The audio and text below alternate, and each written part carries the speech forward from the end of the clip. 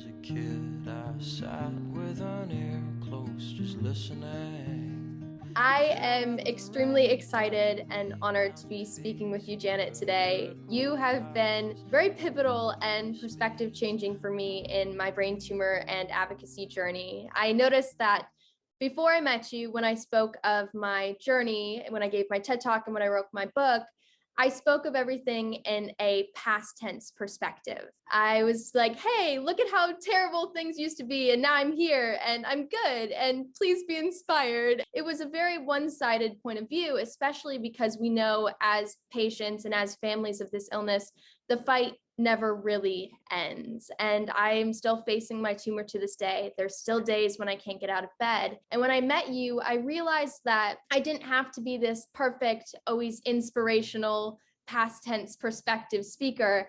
I could use my story in the future as well and use it to make an impact on our government and our community of brain tumor survivors. So after that very long introduction, can you please introduce yourself to the audience and a little bit about how you ended up in this position of advocacy for our community?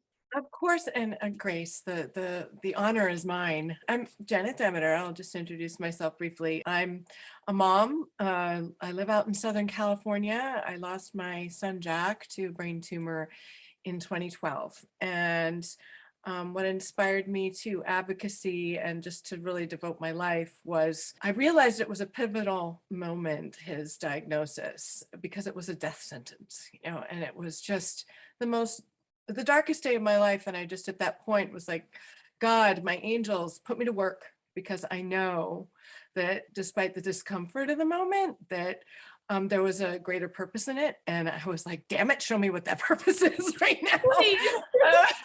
Right? I mean, and so I just want to reaffirm what you said in your intro. There is this feeling, I think, that we often all have, and as soon as we're in front of people, that we have to be this pretty picture of inspiration. You will always be a beautiful woman, so you never have to worry about losing that battle. But the not so pretty parts of our experience are inspirational. You never have to worry about running out of fuel for the fire. I mean, because this battle is always current. We still don't have solutions for many childhood brain cancers, but specifically these brain stem gliomas, DIPG. Yes, incorporating the past, but always keeping in mind in the present, these kids are fighting for their lives right now. And you are so blessed to have a reprieve, and you're meant to speak. I really believe that, but never, we can't tell one another how to feel, but I don't want you ever to feel intimidated by the fact that, pointing to the past is important and what you've overcome, but even more monumental is every moment that you have spent advocating. I know with our group, I've always been extremely conscious of, here we are talking about our experiences watching these deaths, and that can't be easy for you. So, I mean, I can't thank you enough for what you do and the way you've devoted your life and experience from what you've already approved, and then moving forward, watching others. I know it's not easy. I don't know what it's like to live under that shadow of a dormant tumor. And that's one of the reasons why I think it's all the more important that we raise awareness for these things, because we need a cure for you too. Well, thank you for your kind words. And I agree. I think you mentioned a little bit about how we work together and how we've spent our time together these past couple of years.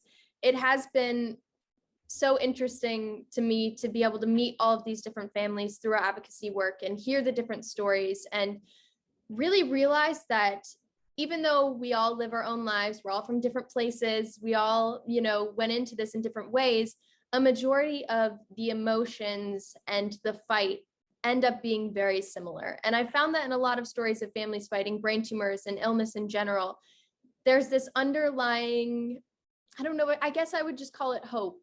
There's this feeling of no matter how hard it gets, just realizing that there's others out there has been so pivotal for me, and I feel many other people in our group as well. Can you speak a little bit about H.Res 404? We first started working on this together when it was H.Res 114.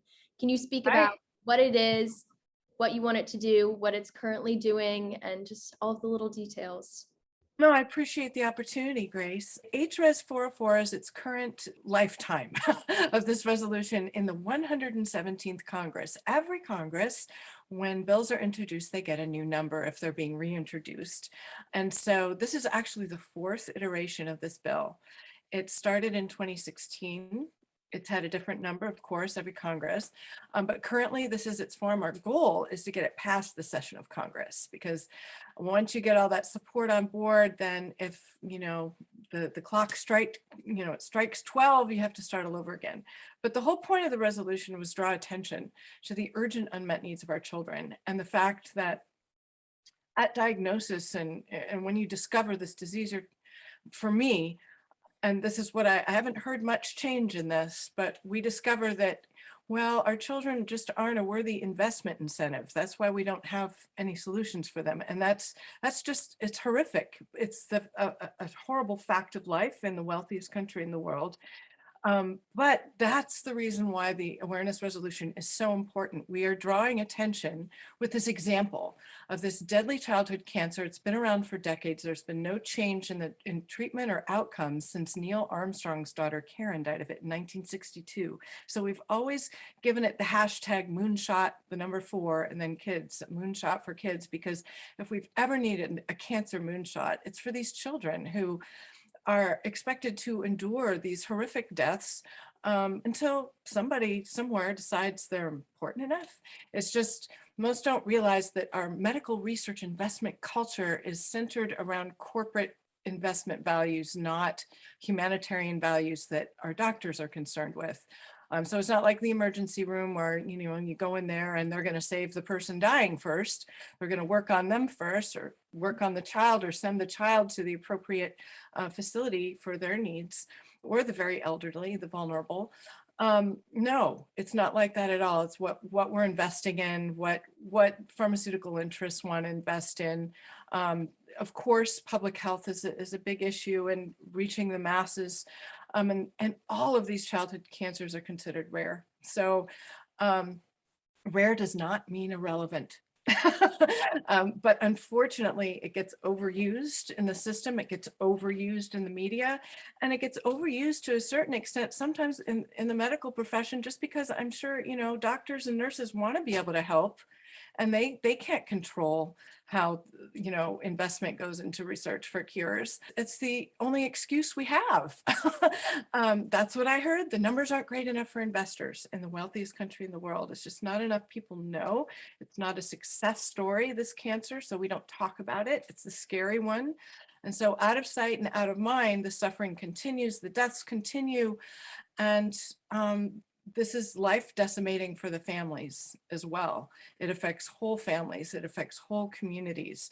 So it's really, if there were ever a voiceless population needing attention, it's the whole childhood cancer space is neglected for research, and DIPG and H.Res 404 is meant to draw attention to the urgent unmet needs, medical needs of children in our society today, where it's obviously, not anyone's intention, but it's not going to change anytime quickly. We're not going to get a cure anytime quickly, and unless people know. So I can't thank you enough for allowing me to explain it a little bit. It's just using this cancer, which is literally one of the deadliest childhood cancers. It's responsible on its own for a significant portion of the annual childhood cancer death toll. Most people don't think about brain tumors when they think about childhood cancer. They think about bald kids and St. Jude's, and 9 out of 10 kids survive leukemia. Look how much we're investing in childhood cancer. It's misleading, because we don't invest in childhood cancer research like that. Unfortunately, we've been lucky in that we've been able to translate significant research and research funding we've put into leukemias, but primarily on the adult side of the research that we've successfully, thanks to the brilliance of our researchers and scientists, been able to translate them into cures for children. And we have made improvements in the childhood cancer space, but we can't be leaving these kids behind. Yeah, I think that's such an important point that you brought up at the end, and we speak about it on our Zoom calls with members of Congress and Congress members' staff frequently. It's that until it affects you personally, many people have this very media-driven cliche version of what it means to have a child who has cancer. And a lot of people assume that it's something that is treated easily. You know, we're told like, oh, your kid gets cancer, it's 6 weeks in chemo, and then they're back to school and they're fine. And they're speaking about it 20 years in their future. That is not the reality for these families. And it's not the reality for a lot of people facing brain tumors to this day. We don't know what causes brain tumors. We don't know how to cure brain tumors. Like you said, most people don't know brain tumors are one of the most prevalent forms of childhood cancer and the deadliest. That's not something that people know until I usually share it with them. And I think until it affects you personally, like you said, awareness is so important because we cannot attract a cure quickly enough, but we need help to attract a cure. We need resources, and we can't do that until we have awareness of the issue. You say this fact on these calls, 95% of research funding comes from parents and parent-led foundations, which is just, it is unbelievable to me. These are the parents who have already paid the ultimate price. They're already dealing with an ill child. It should not be their responsibility. It is incredible that they take it on. But like you said, we live in one of the wealthiest countries in the world with the most resources. It should not be these parents' job to find life-saving treatments for their children. A lot of people don't know. It is your job to find a trial for your kid that you have been told has 6 months to live. I do not understand that responsibility. It confuses me so much. And the network to even find something like that, thank God we have social media nowadays, and we have ways to reach out to other families who've been affected by this. But it is an ongoing fight, and you do not know all of these responsibilities that individuals hold until it affects you personally, and you have to take them on yourself. So H.Res Forum of Four means a lot to me, and I know a lot to other families who simply want to be heard and understood and seen by our fellow members of society. You are a co-founder of the DIPG Advocacy Group, which is this group that spearheads a lot of the efforts on H.Res 404. Can you talk a little bit about the group and what you guys hope to accomplish now in the future and kind of what you guys do? Absolutely. Thank you, Grace. Yeah, we first formed this group. Gosh, it was a summer 2017. I had my first conversation with Elizabeth Passar, who's she's the executive director of Julia Barber Foundation in Knoxville, Tennessee. She had lost her daughter Julia on May 17th of 2016, and was aware of the effort spearheaded by the Michael Mosier Defeat DIPG Foundation to get as many states as possible with that particular date. In fact, we had changed the language of the resolution for the second introduction to include May 17th. It had originally been the last week of May to recognize kids with brain cancer. It was the first ever resolution for DIPG and childhood brain cancer in a state legislature was in California in 2014. And they were like, why a day? Let's do a week. So that's why the original bill had that. But then we consolidated so that we'd have unity and with our advocacy and hopefully not only to help the effort in the states, because we would always work on, California in my state and then with the others in our group, but then also we were hoping that we could get more of our community to know that we had this national bill for them, because that honestly has taken quite some time. We're real united in certain fronts and very particular fronts in research and in helping families, et cetera.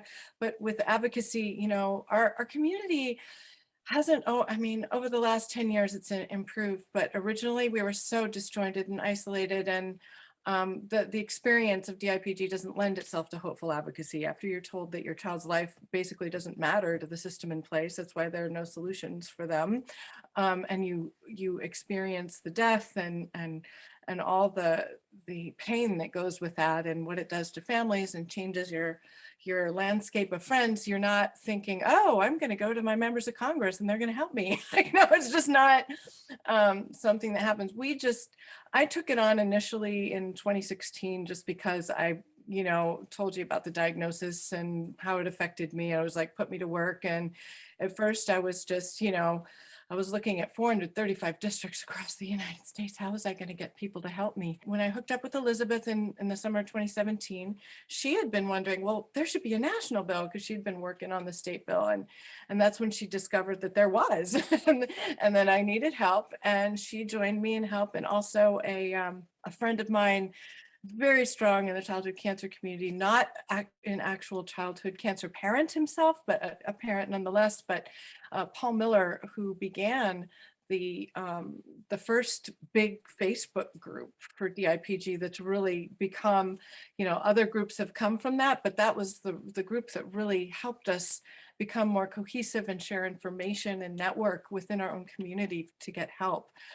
So he joined in with us and in our efforts to support the House bill. So that was our first goal. And I had a lot of trouble with it at first, because there were some offices that were like, well, we don't do those. And I was like, huh? Why did I have a member of Congress introduce this to me, and you're telling me you don't do those? And it took me a while to discover why and what was going on there. But apparently in the 1990s, there had been excessive overuse of so-called commemorative resolutions, meaning one that would recognize a person or an institution. And it just got to be a bit much, because, important floor time on the People's House needs to be about matters of import to the American people. However, we felt that this was absolutely an important measure. And so in 2016, actually, they had the very first exception to that restrictive rule with a Patriots Day resolution. And I finally discovered that. I discovered the place in the rules, but still it was hard to talk to certain offices that just didn't even want to listen. That was maybe about 10% or less of the offices, I would say. So the majority have always been very supportive. And most always when we have approached offices, they've been, they had no idea how urgently, they just, we recently had the passage of the STAR Act, and you don't see with that passage the two precursor bills that died before it, and the fact that the allocations in the current STAR Act are the same as what was first proposed in 2008 that passed and didn't get authorized. And we still don't have the Government Accountability Office review of NCI to determine what are the greatest challenges to getting adequate support to the pediatric space. Granted, it wouldn't be so hard to get childhood cancer legislation passed and with less compromise if more people were aware of how urgently our kids need help. So our hope is with this resolution that it will open the door not only to supporting authorizing legislation for getting funds to where they need to go, but also for education. It really is sort of leading the way to, okay, we need legislation that will help update, and educate not only industry people, medical professionals, et cetera, because as you know, the diagnosis process for a brain tumor can take some time when kids don't have time. Some doctors aren't even aware of how prevalent brain tumors are in the childhood cancer community, or really aware of what their symptoms are when they're taken together. So, you're lucky if you get a practitioner or a doctor who's in the know. Or so at any rate, basically we came together to support the resolution in the House. And also that winter 2017, we began talks with senators about a companion bill in the Senate, because we felt if we could raise awareness there and get the help of the senators, it would help our efforts in the House, which it has. And so we've had, beginning in 2019, so it took us like a year and a half to get the first Senate bill going. So in 2019, 2020, and in 2021, we had because the Senate does things a little differently. They recognize a day every year. You have to renew it every year. Whereas the bill we're proposing in the House not only, raises awareness to the statistics of brain cancer and the issues around childhood cancer in general, getting inadequate support, but it also designates that day, a day in May 17th, to support our foundations trying to raise money to educate the public about pediatric brain cancer and the needs in the entire childhood cancer and deadly disease space for more support. we're hoping that last session of Congress, we had almost half the House signed on. If we can get a majority this session, there's a chance that we could actually get it passed and not have to go through this process all over again. So we're very hopeful that House leadership will recognize the session of Congress, how urgent the situation is, and also just deem the resolution and everything it represents as being representative of an exceptional nature. There is an exception protocol on the restrictive rule put in place originally for the Patriots Day resolution that says a resolution of bereavement or one requiring certain action or of condemnation. And I think that the resolution kind of fits all three of those, because we should be doing more for our kids.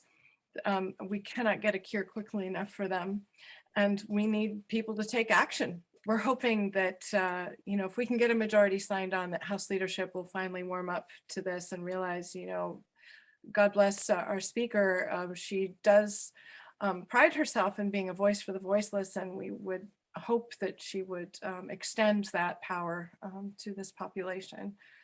So basically, in a very large nutshell, we're trying to raise awareness on a number of fronts, but ultimately for the success to get this resolution passed. Every time you speak about it, I still get these like little butterflies. When I met you, I was a kid from Minnesota who was still very much in the hospital frequently. And my mom's a lawyer, so I had this kind of connection to the government and I knew a bit about it, but it never felt like something that I could reach. It never felt like something that I personally as an individual could influence in any way. And then realizing that we have access to Congress members and White House staff, like it blows my mind still every time we get on a Zoom call and I'm like, we're talking to the White House today? Like that doesn't make any sense to me. I'm a child who grew up on a lake. Like it still blows my mind. Do you have any words for individuals who want to find their place in legislation and influencing their government and speaking up for the causes that mean a lot to them? Absolutely. And I thank you so much for this opportunity, because there's nothing more important right now in our democracy. Yeah. It's very easy, and believe me, I've done plenty of it myself, but it's very easy to sit back and criticize and say, oh, they should be doing this. Why are they doing that? And oh, everything's so political. Da, da, da. We're political animals. Yeah. And the only way we get business done that's important is by speaking up. And we have a representative democracy, but it's become more and more estranged from us and more influenced by corporations and special interests. And the only way to bring it back a little more into alignment with its original purpose is for us to insist on it. And so if there is an issue that you feel strongly about, and we're not sitting here and saying, oh, you should stand up and say something for kids with cancer.